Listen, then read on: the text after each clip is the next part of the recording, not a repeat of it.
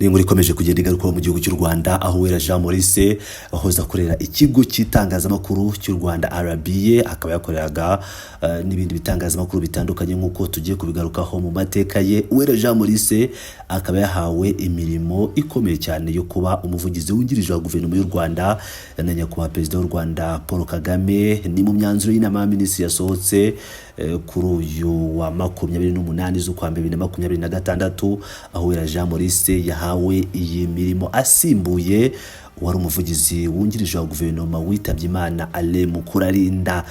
Iyi nkuru rero tukaba tugiye kwigarukaho ni nyuma yaho uyu Uwera Jean Maurice ashimiye cyane nyakubahwa perezida Paul Kagame mu butumwa bwe ashyize ku nkoranyambaga ndetse na bamwe mu bayobozi batandukanye bazakorana muri OGS bakaba batangiye kumuha ikaze mu biro, ikaze muri timu bagiye kujya bakorana nk'uko tugiye kubigarukaho muri nkuru yose uko yakabaye bana nanjye muri nkuru yose nkomeze mugezaho aya makuru yose uko yakabaye. Twizo cyane rero kwa 28 Mutarama 2026 inama y'abaminisitiri y'u Rwanda yateranye ifata icyemezo gikomeye cyo kugena Jean Maurice Uwera umuvugizi wa guverinoma wungirije. Uyu mwanya akaba utangiye asimbuye Alain Mukurarinda witabye Imana muri Mata 2025 azize uburwayi bwo guhagarara ku mutima, hasiga icyuho gikomeye mu rwego rw'itumanaho rya leta. Iyi nkuru iragaruka ku butumwa bwa Jean Maurice Uwera nyuma yo kugirwa icyizere ku byishimo n'amashimwe byamusaze ku mateka ye mu itangazamakuru ndetse n'icy'abanyarwanda bamwitezeho muri izi nshingano nshya. Twihuse cyane ubutumwa bw'amashimwe n'icyizere ku muyobozi w'igihugu nyuma yo gushyirwaho nk'umuvugizi wa guverinoma wungirije. Jean Maurice Uwera yihutiye gutanga ubutumwa bwuje ishimwe n'icyizere abinyujije ku mbuga nkoranyambaga ashimira nyakubahwa perezida wa Repubulika y'u Rwanda Paul Kagame. Yagize ati: ndabashimiye nyakubahwa perezida wa Repubulika Paul Kagame ku cyizere mwangire mumba inshingano zo kuba umuvugizi wungirije wa guverinoma. Ndabizeza gutanga umusanzu wanjye mu guhagararira icyateza imbere abanyarwanda no gushyira umuturage ku isonga. Aya magambo agaragaza umutima w'ubuyobozi uje ufite intego yo gukorera abaturage ashingiye ku mahame y'imiyoborere myiza aranga u Rwanda, aho serivisi zose zigamije inyungu z'umuturage. Tugiye ku bayobozi batandukanye bamwakiriye barimo Yolande Macron akaba ari umuvugizi wa guverinoma mukuru nyine yaramwungirije. Mu butumwa bwakiriwe neza mu nzego zitandukanye, Yolande Macron umuvugizi wa guverinoma y'u Rwanda nawe akaba yagaragaje ibyishimo bye aha ikaze Jean Maurice Uwera muri iyi mirimo mishya. Yanditse ati: ishya nihirwe mu nshingano nshya Uwera Jean Maurice. Muri bw'icyongereza ati: congratulations Maurice and welcome to the team, cyangwa ikaze mu ikipe. Tuguhaye ikaze kandi twishimiye gukorana nawe muri Rwanda OGS. Ubutumwa bugaragaza umwuka mwiza ubufatanye mu rwego rw'itumanaho rya leta ndetse n'icyizere ko Uwera aje kongera imbaraga mu gusobanura no kugeza kuri rubanda politike n'ibikorwa bya guverinoma. Umwanya asimbuye n'icyuho cyasizwe, ibi nabyo tugomba kubigarukaho. Jean Maurice Uwera asimbuye Alain Mukurarinda waruzwi cyane nk'umunyamategeko, umuhanzi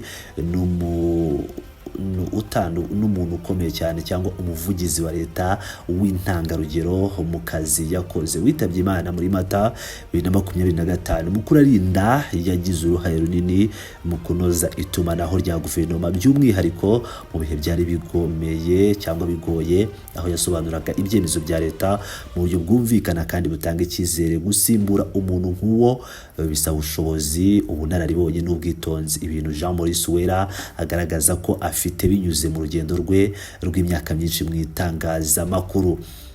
Ku bijyanye n'amateka ye, Uwera Jean Maurice imyaka 14 y'ubunararibonye mu itangazamakuru. Jean Maurice Uwera sizina rishya mu itangazamakuru nyarwanda, amaze imyaka 14 akora muri urwego rw'itangazamakuru aho yubatse izina nk'umunyamakuru w'umwuga wubahiriza amahame y'itangazamakuru rinoze kandi rihambaye mu buryo bufatika. Yatangiye umwuga we muri 2011 akora kuri Flash FM na televiziyo, aho yari umuyobozi ushinzwe ikorwa ry'ibiganiro n'amakuru, production manager. Aha niho yubatse umusingi w'ubuyobozi, guhuza amakipe cyangwa amateams no gutunganya ibiganiro bifite ireme.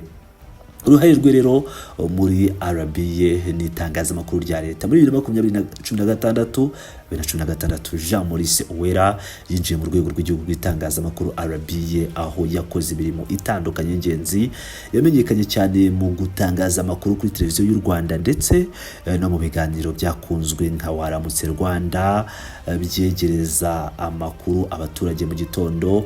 Yanabaye umuyobozi muri Magic FM, imwe muri radio zikunzwe mu rubyiruko, aho yagize uruhare mu gutegura no kuyobora porogaramu ziganisha ku myidagaduro, amakuru n'ubukangurambaga. Ubunararibonye bwe muri RBA bwamuhaye gusobanukirwa neza uko itangazamakuru rya leta rikora, uko amakuru ategurwa n'uko agomba kugeza ku baturage ayo makuru mu buryo busobanutse kandi bwizewe.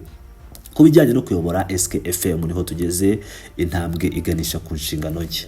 Muri Gashyantare 2025 Uwera Jean Maurice yatangajwe ko ahawe inshingano zo kuyobora SKFM, radio ifite amateka akomeye mu Rwanda nubwo ari nshya. Iyi ntambwe yabaye ikimenyetso cy'icyizere yari asanzwe afite mu rwego rw'itangazamakuru n'itumanaho. Kuyobora SKFM byamusabye ubuyobozi buhamye, guhanga udushya mu biganiro no gukorana n'abakozi batandukanye. Ibyo byose bikaba ari ubumenyi buzamufasha cyane mu nshingano ze nshya muri guverinoma.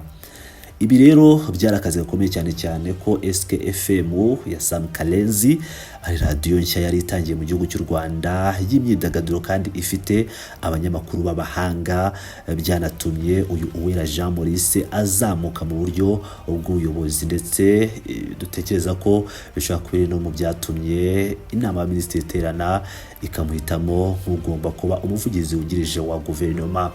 Ku bijyanye n'ubumenyi n'amashuri afite, ku rwego rw'amashuri Jean Maurice Uwera afite impamyabumenyi y'icyiciro cya 2 cya kaminuza, Master's degree mu itangazamakuru n'itumanaho yakuye muri Institut Catholique de Kabgayi ICK. Iyi myigire yamuhaye ubumenyi buhamye mu itumanaho, imikorere y'itangazamakuru n'isesengura ry'amakuru. Ubumenyi bw'amashuri bufatanyije n'ubunararibonye bwo mu kazi bumugira umuyobozi ushoboye guhuza theory ndetse n'ibikorwa. Icyo Abanyarwanda rero bamwitezeho nk'umuvugizi wa guverinoma wungirije, Jean Maurice Uwera ategerejweho kuba ikiraro gikomeye hagati ya guverinoma n'abaturage. Azaba ashinzwe gusobanura ibyemezo bya leta, gusubiza ibibazo by'itangazamakuru no kugeza ku baturage amakuru yizewe kandi ku gihe. Ubutumwa bwe bwo gushyira umuturage ku isonga bugaragaza ko azakomeza umurongo wa guverinoma y'u Rwanda wo kwimakaza imiyoborere ishingiye kuri serivisi nziza, gukorera mu mucyo no kwegereza ubuyobozi abaturage. Ishyirwaho rya Jean Maurice Uwera umuvugizi wa guverinoma wungirije n'intambwe igaragaza icyizere gikomeje guhabwa inzobere zakuze mu itangazamakuru nyarwanda.